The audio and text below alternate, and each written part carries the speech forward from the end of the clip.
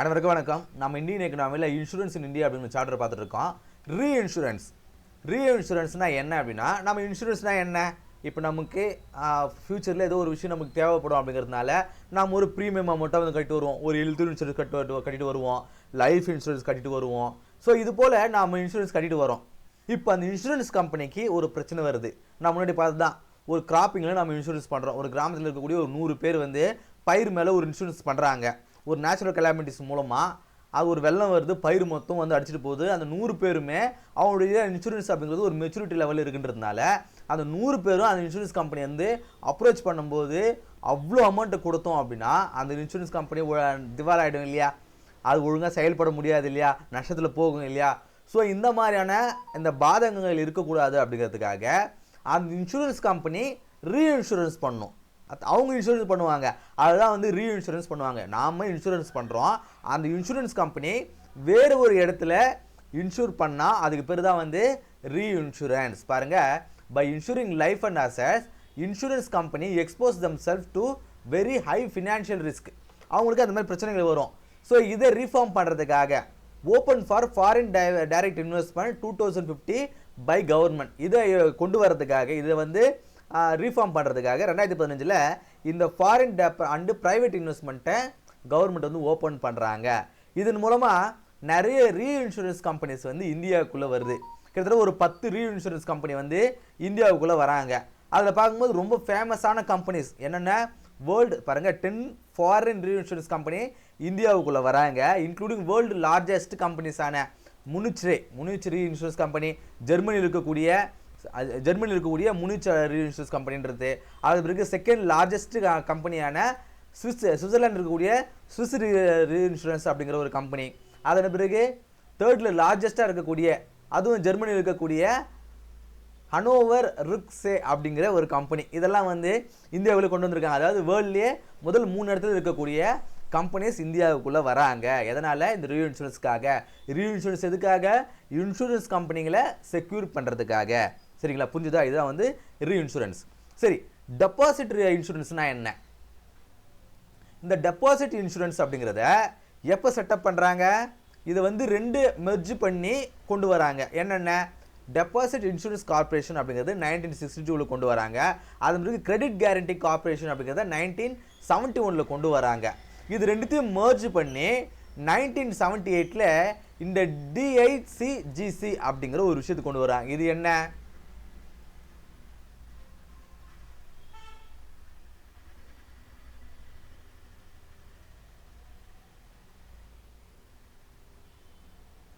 இந்த DICGCன்றது deposit insurance credit guarantee corporation. அதுதான் வந்து இந்த DICGC அப்படிங்கிறது. இது வந்து 1978 கொண்டு வராங்க.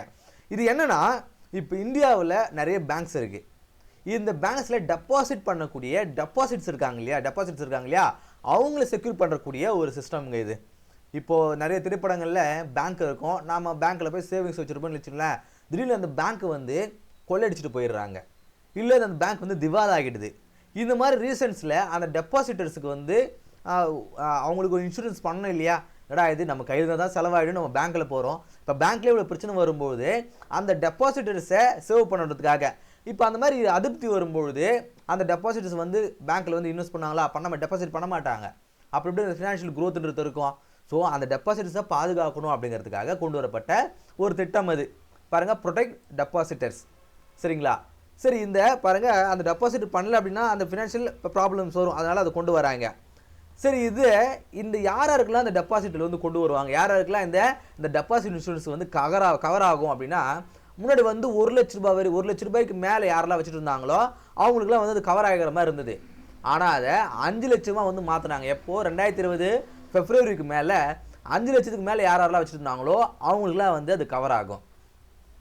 இதுக்காக ப்ரீமியம் வந்து அவங்க கட்ட வேண்டிய அவசியம் கிடையாது. இப்போ நம்ம ஒரு இன்சூரன்ஸ் பண்ணுறோம் அப்படின்னா அதுக்கு ப்ரீமியம் கட்டணும். ஆனால் இந்த டெபாசிட் இன்சூரன்ஸுக்கு வந்து நம்ம பேங்க் அக்கௌண்ட் வச்சுருந்தோம்னா நம்ம வந்து பே பண்ண வேண்டிய அவசியம் கிடையாது. அதை பேங்க்குக்கிட்ட இருந்து அவங்க கலெக்ட் பண்ணிக்குவாங்க. இது யாருக்கெல்லாம் வந்து கவர் ஆகும், இந்த ஸ்கீம் வந்து யாருக்கெல்லாம் கவர் ஆகும் அப்படின்னு பார்க்கும்போது, இந்த ஸ்கீம் கவர் ஆல் பேங்க்ஸ். எந்த பேங்க் இந்தியாவில் ஆப்ரேட் ஆகக்கூடிய ப்ரைவேட் பேங்காக இருந்தாலும், கோஆப்ரேட்டிவ் பேங்காக இருந்தாலும், even branches of foreign banks in India. ஒரு ஃபாரின் பேங்க் வந்து இந்தியாவில் இருக்குனாலும் அவங்களுக்குமே அது வந்து கவர் ஆகும். சரி, யாருக்கெல்லாம் கவர் ஆகாதுன்னு பார்க்கும்போது ஒரு ஃபாரின் கவர்மெண்ட் வந்து இந்தியா பேங்க்கில் டெபாசிட் பண்ணும்போது, இப்போ சென்ட்ரல் பேங்க்கோ ஸ்டேட் பேங்க்கோ அவங்க ஒரு பேங்க்கில் இன்வெஸ்ட் பண்ணியிருந்தாலோ டெபாசிட் பண்ணியிருந்தாலோ, இல்லை ஒரு பேங்க் ஆனது இன்னொரு பேங்க்குள்ளே இன்வெஸ்ட் பண்ணியிருந்தாலோ டெபாசிட் பண்ணியிருந்தாலோ அதெல்லாம் வந்து கவர் ஆகாது. இது புரிஞ்சிருக்கும் நம்புகிறேன். ஒரு பேங்க்கில் ஒருத்தர் டெபாசிட் பண்ணுறாருன்னா அந்த டெபாசிட்டர்ஸை பாதுகாக்கிறதுக்காக எவ்வளோ அமௌண்ட்டு, நான் ஒரு 10,000 ரூபாய் நான் டெபாசிட் பண்ணி வச்சுருக்கேன், எனக்கு வரல, ஸோ எனக்கான ரீஃபண்டை கொடுங்க, இன்சூரன்ஸ் பண்ணுறதுக்கான அமௌண்ட் கொடுங்க அப்படின்லாம் வந்து கேட்க சொல்ல முடியாது. அந்த டெபாசிட் அமௌண்ட் இருந்தது முன்னாடி 1 லட்ச ரூபாவாக இருந்தது, அதை 5 லட்ச ரூபா வந்து மாற்றினாங்க. ஸோ இதுக்கான ப்ரீமியம் அவங்க கட்ட வேண்டியதில்லை. பேங்க்கு அந்த பேங்க்குக்கிட்ட இருந்தே அவங்களே அந்த ப்ரீமியம் தொகையை வாங்கிக்குவாங்க. யார்? இந்த டிஐசிஜிசி அப்படின்றவங்க, அதாவது deposit insurance credit guarantee corporation அப்படிங்கிறவங்க. சரி, ஃபஸ்ட்டு நாம் இந்த டெபாசிட்டை பற்றி பார்த்தோம் இல்லையா, அதன் பிறகு எக்ஸ்போர்ட் கிரெடிட் கேரண்டி. இது என்ன எக்ஸ்போர்ட் கிரெடிட் கேரண்டி? இப்போ இந்தியாவில் ஒரு கம்பெனிங்க, இப்போ நான் ஒரு கம்பெனி ஸ்டார்ட் பண்ணுறேன். இப்போ நான் இந்த கம்பெனியானது ஃபாரினில், இப்போ உதாரணத்துக்கு நான் லண்டனுக்கு போயிட்டு அங்கே ஒரு கம்பெனியை நான் ஸ்டார்ட் பண்ணி நான் நடத்த போகிறேன் அப்படின்னா, அங்கே இருக்கக்கூடிய ஒரு பொலிட்டிக்கல் ப்ரெஷரோ, அங்கே இருக்கக்கூடிய நிறைய ஏதோ ஒரு லோக்கல் ப்ரெஷர் வந்து நான் என் மேலே வரும். நான் ஒரு பர்மிஷன் கேட்டு போனால் எனக்கு கொடுக்க மாட்டேன்றாங்க, இல்லை எனக்கு நிறைய இப்போ இங்கே இருக்கக்கூடிய எனக்கு சௌகரியங்களாகட்டும் சலுகைகளாகட்டும் அந்த இடத்துல வந்து எனக்கு கிடைக்காது அந்த கவர்மெண்ட்டால் அப்படின்ற சமயத்தில் என்ன பாதுகாக்கிறதுக்காக கொண்டு வரப்பட்ட ஒரு விஷயம்தான் இந்த எக்ஸ்போர்ட் கிரெடிட் கேரண்டி அப்படின்றங்க. இது யார் பண்ணாங்க? Export credit guarantee corporation of India limited அப்படிங்கிற ஒரு லிமிடெட் ஒரு கம்பெனி உருவாக்குறாங்க. இது ministry of commerce and industry அவங்களுடைய கண்ட்ரோல் இருக்குது. இது என்ன மாதிரி ப்ராஜெக்ட் அப்படின்னு பார்க்கும்போது medium and long term export. Medium and long term export. இப்போ ஏதோ ஒரு விஷயம், நான் இங்கேருந்து இப்போ உதாரணத்துக்கு ஒரு காருங்க, ஒரு 10 கார் வந்து நான் லண்டனுக்கு நான் எக்ஸ்போர்ட் பண்ணுறேன் அப்படின்னா, அங்கே ஏற்படக்கூடிய பிரச்சனை ஒரு 3 நான் அசைன்மெண்ட் தான் நான் அனுப்பணும், ஒரு 3 எக்ஸ்போர்ட் தான் பண்ணணும் அப்படின்னா அதுக்கு எனக்கு பிரச்சனை கிடையாது. ஆனால் நான் லாங் டைமாக பண்ண போகிறேன், ஒரு 5 வருஷம் 10 வருஷம் நான் கண்டினியூஸாக நான் பண்ண போகிறேன் அப்படின்னா, அங்கே கூடிய இந்த எக்ஸ்போர்ட் ஆகட்டும் இம்போர்ட் ஆகட்டும் அந்த கண்ட்ரியில் இருக்கக்கூடிய அந்த கவர்மெண்ட்டால் எனக்கு சரியான கோஆப்ரேஷன் கிடைக்காத போது இது என்ன பண்ணும் அப்படின்னா, கவர்மெண்ட் வந்து என் கம்பெனியை அவங்க கம்பெனியை அங்கே ப்ரொஜெக்ட் பண்ணணும்.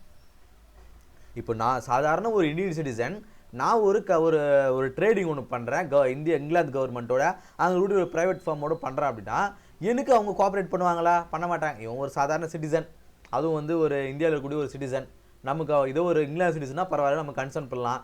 இந்தியானா நம்ம நாடா, அவங்கன்னா நம்மளுடைய மக்களா அப்படின்னு இங்கிலாந்து நினைக்கும் பொழுது அவங்க சரியாக எனக்கு வந்து கோஆப்ரேட் பண்ண மாட்டாங்க. ஆனால் ஒரு கவர்மெண்ட் வருதுன்னும் போது அவங்க கோஆப்ரேட் பண்ணாங்க. ஏன்னா இந்தியான்றது ஒரு கவர்மெண்ட், ஒரு பெரிய நாடு, இன்னைக்கு உலக அளவில் ஒரு டெவலப்பிங் கண்ட்ரியாக இருக்குது. அந்த கவர்மெண்ட்டை ஒரு விஷயம் நம்ம நாட்டில் பண்ணும்போது அதுக்கு அவங்க செவி சாய்ப்பாங்க இல்லையா? ஸோ அதுதான் சொல்கிறாங்க.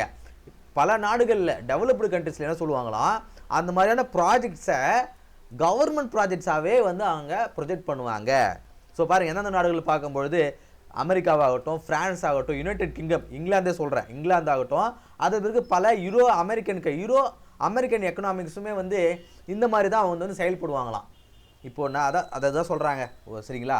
அடுத்ததாக எக்ஸ்போர்ட் இன்சூரன்ஸ்னு பார்க்கும்போது எக்ஸ்போர்ட் கிரெடிட் கேரண்டி பார்த்துட்டு இல்லையா, இந்த எக்ஸ்போர்ட் இன்சூரன்ஸ்னால் என்னென்னு பார்க்கும்போது இதுதான் எக்ஸ்போர்ட் விஷயத்தில் என்னென்ன பிரச்சனை வரும்.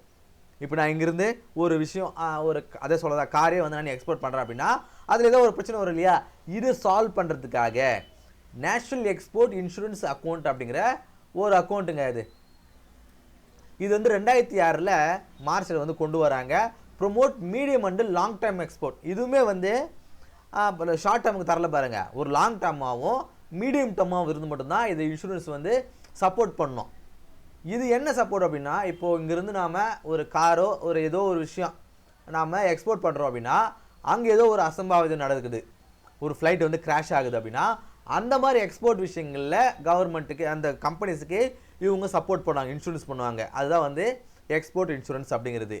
சரி, இதை ஃபுல்ஃபில் பண்ணக்கூடிய க்ரைட்டீரியாஸ் என்னென்ன? இப்போ நான் வந்து ஒரு 1000 டன் தக்காளியை நான் வந்து எக்ஸ்போர்ட் பண்ணுறேன் அப்படின்னா, இது என்னுடைய தனிப்பட்ட ஒரு வியாபாரம், இல்லை ஒரு அப்பேரல்ஸ் துணிமணிகளை நான் வந்து எக்ஸ்போர்ட் பண்ணுறேன், என்னுடைய கம்பெனியை தயாரித்த துணிகளை நான் எக்ஸ்போர்ட் பண்ணுறேன் அப்படின்னா அதுக்கெலாம் எது கவர் ஆகாது. எதுக்கெலாம் கவர் ஆகும்னு பார்க்கும்போது கமர்ஷியலி வயபிள், ரொம்ப முக்கியமான ஒரு விஷயம். இதை நான் எக்ஸ்போர்ட் பண்ணுறது மூலமாக நாட்டுடைய ஜிடிபியில் கண்டிப்பாக ஒரு எட்ஜ் கிடைக்கும், ஒரு க்ரோத் இருக்கும் அப்படின்னா அதுக்கு இவங்க சப்போர்ட் பண்ணுவாங்க. அதே போல் ஸ்ட்ராட்டஜிக்கலி இம்பார்ட்டன்ட் ஃபார் இந்தியா. அந்த எக்ஸ்போர்ட் அப்படிங்கிறது அந்த பொலிட்டிக்கல் ரிலேஷன்ஷிப் ஆகட்டும், ஒரு நாட்டுக்கும் இன்னொரு நாட்டுக்கும். இப்போ நான் சொல்கிறேன் இல்லையா, இப்போ தக்காளி நான் ஒரு நாட்டுக்கு எக்ஸ்போர்ட் பண்ணுறேன்னா அந்த நாட்டுக்கு அதனால் ஏதாவது ஒரு ஐயோ இந்த இந்தியாவிலேருந்து இந்த தக்காளியை அவர் எக்ஸ்போர்ட் பண்ணுறாரு அப்படின்னா அவருக்காக நான் சப்போர்ட் பண்ணுறது அவசியம் கிடையாது இல்லையா. இப்போ ரீசெண்டாக அந்த சிங்கம் படத்தில் கூட ஒரு சீன் ஒன்று வரும், அது எந்த நாடுன்னு தெரியாது.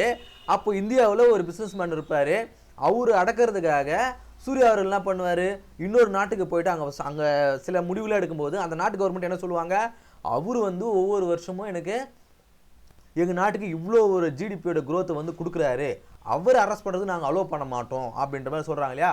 ஸோ அப்படிப்பட்ட ஒரு எக்கனாமியாக இருந்துச்சுன்னா அதுக்கு கவர்மெண்ட் சப்போர்ட் பண்ணோம்.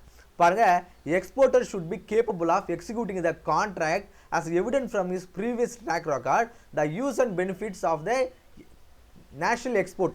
ஸோ என்ன சொல்கிறாங்க, நேஷனல் எக்ஸ்போர்ட் இன்சூரன்ஸ் அக்கௌண்ட்டுங்க. என்ன சொல்கிறாங்க, அவருடைய ப்ரீவியஸ் ரெக்கார்டு அப்படிங்கிறது.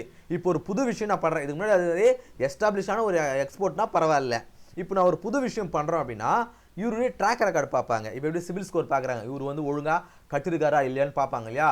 ஸோ அது போல் நான் ஒரு லாங் டைமாக ஒரு ப்ராஜெக்ட் கொண்டு போகிறேன், இது அவர் ஒழுங்காக செய்வாரா, கரெக்டாக அது எஃபிஷியண்டாக கொண்டு போவாரா அப்படிங்கிறதையும் செக் பண்ணி இந்த எக்ஸ்போர்ட் இன்சூரன்ஸை அவங்களுக்கு கொடுப்பாங்களாம். சரி, இந்த இன்சூரன்ஸ் கம்பெனி இந்தியாவில் எப்படி இருக்குது? இப்போ நான் ஒவ்வொரு இன்சூரன்ஸ் கம்பெனியாக நம்ம பார்த்துட்டு வந்துட்டோம், என்னென்ன மெத்தட் இருக்குன்னு பார்த்துட்டோம், கிரெடிட் கேரண்டியை பார்த்தோம், எக்ஸ்போர்ட் இன்சூரன்ஸை பார்த்தோம், ரீ இன்சூரன்ஸ்னால் என்னன்றதெல்லாம் பார்த்தோம். ஸோ லாஸ்ட் கிளாஸ் வந்து இன்சூரன்ஸ்னால் என்னென்னு பார்த்துருக்கு இல்லையா. சரி, இன்சூரன்ஸ் கம்பெனி அப்படிங்கிறது இந்தியாவில் ஒரு பிரபலமான ஒரு செக்டார் அப்படின்னு பார்க்கும்போது கிடையாது. என்ன சொல்கிறாங்க, இது வந்து இன்னும் வளர்ச்சி பெறாத ஒரு செக்டார். ஏன்னா நம்ம நிறைய பேர் எல்லாருமே வந்து இன்சூரன்ஸ் பண்ணியிருக்குமா, கிடையாது, யாரும் இன்சூரன்ஸ் பண்ணல. ஒரு யாராருக்கெல்லாம் ஒரு சர்ப்ளஸ் அமௌண்ட் இருக்குதோ அவங்க தான் வந்து இன்சூரன்ஸ் பண்ணுவாங்க, சும்மா ஒரு அமௌண்ட்டு நம்ம இன்சூரன்ஸ் பண்ணலாமே அப்படிங்கிறதுக்காக. இது இன்னைக்கு டெவலப் அண்டர் டெவலப்மெண்ட்டாக இருக்கிறதுக்கு காரணம் என்ன அப்படின்னு சொல்லிட்டு ஐஆர்டி அவங்க தான் வந்து இன்சூரன்ஸ் கம்பெனியை ரெகுலேட் பண்ணுறவங்க. அவங்க ஒரு ஆனுவல் ரிப்போர்ட் வந்து சப்மிட் பண்ணுறாங்க. இந்த ஆனுவல் ரிப்போர்ட்டில் என்னென்னலாம் சொல்கிறாங்க, complex and delayed claim settlement. இந்த செட்டில்மெண்ட்டில் நிறைய பிரச்சனை வருது. ஒரு இன்சூரன்ஸ் போடுறாரு அப்படின்னா அந்த செட்டில்மெண்ட்டில் நிறைய பிரச்சனை வருது. Vague and incomprehensible rules and regulations of insurance companies. அவங்களுடைய அந்த ரூல்ஸ் அண்ட் ரெகுலேஷன்ஸ் வந்து மேம்போக்காக இருக்குது, அது ஒரு விஷயம். Lack of education and awareness among the மக்கள்கிட்ட இதுக்கான அவேர்னஸ் இல்லை. Lower income levels of population. முன்னாடி பார்த்தோம், சர்ப்ளஸ் அமௌண்ட் இருந்தால் மட்டும்தான் நம்ம இன்சூரன்ஸ் பண்ணுவோம், நம்மகிட்டே அமௌண்ட் வந்து ரொம்ப குறைவாக இருக்குது. Social cultural factors, lack of level playing field in the industry.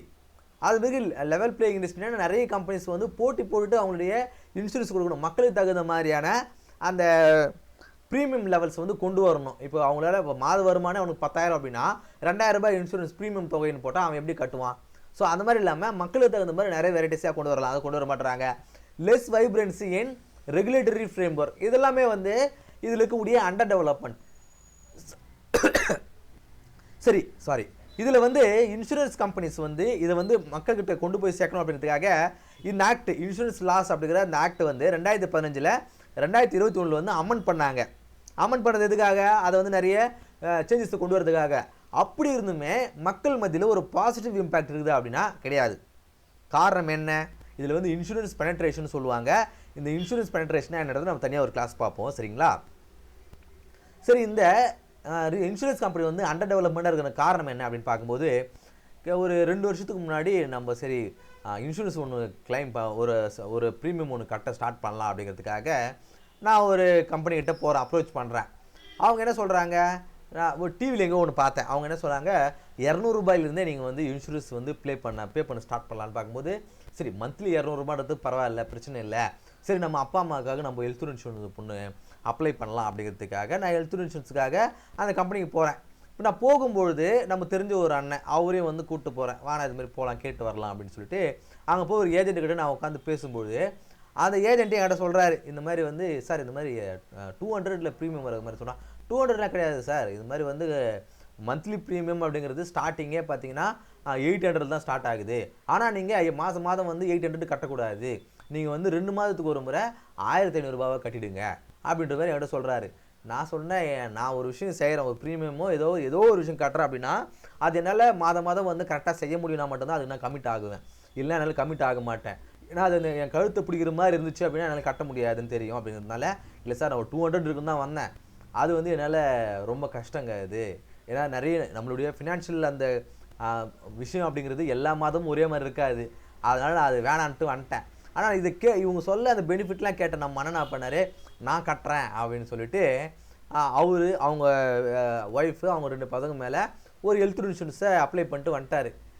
கரெக்டாக 8 மாதம் கட்டினார். 2 முறை 4 ப்ரீமியம் கட்டினார். ஒவ்வொரு மாதம் 1500 1000 ரூபா கணக்கு போடுங்க, 6000 ரூபாய். இது மாதிரி 4 ப்ரீமியம் கட்டினார். 5வது ப்ரீமியம் அவரால் கட்ட முடியல, 6வது ப்ரீமியம் கட்ட முடியல, அவ்வளோதான், அது போயிடுச்சு. இப்போ அந்த 4 மாதம் கட்டக்கூடிய அந்த அமௌண்ட் என்ன, இப்போ அவர் வேஸ்ட் தானே. இப்போ அவர் ஒரு கூலி வேலை செய்யக்கூடிய ஒரு அண்ணா, அவரால் அதை அஃபோர்டபுள் பண்ண முடிஞ்சுதா? நீங்கள் என்ன பண்ணணும், உங்களுடைய மந்த்லி இன்கம் என்ன சார், நீங்கள் 200 ரூபா கட்டுங்க சார். இப்போ அவர்கிட்ட நீங்கள் ப்ரீமியம் அமௌண்ட்டு நீ அதிகப்படுத்த வேண்டிய அவசியம் கிடையாது. அவருக்கு அந்த 200 ரூபாய்க்கு என்ன மாதிரியான அந்த மெச்சூரிட்டி அமௌண்ட் வருமோ அதை கொடுத்தா போதுமானது இல்லையா?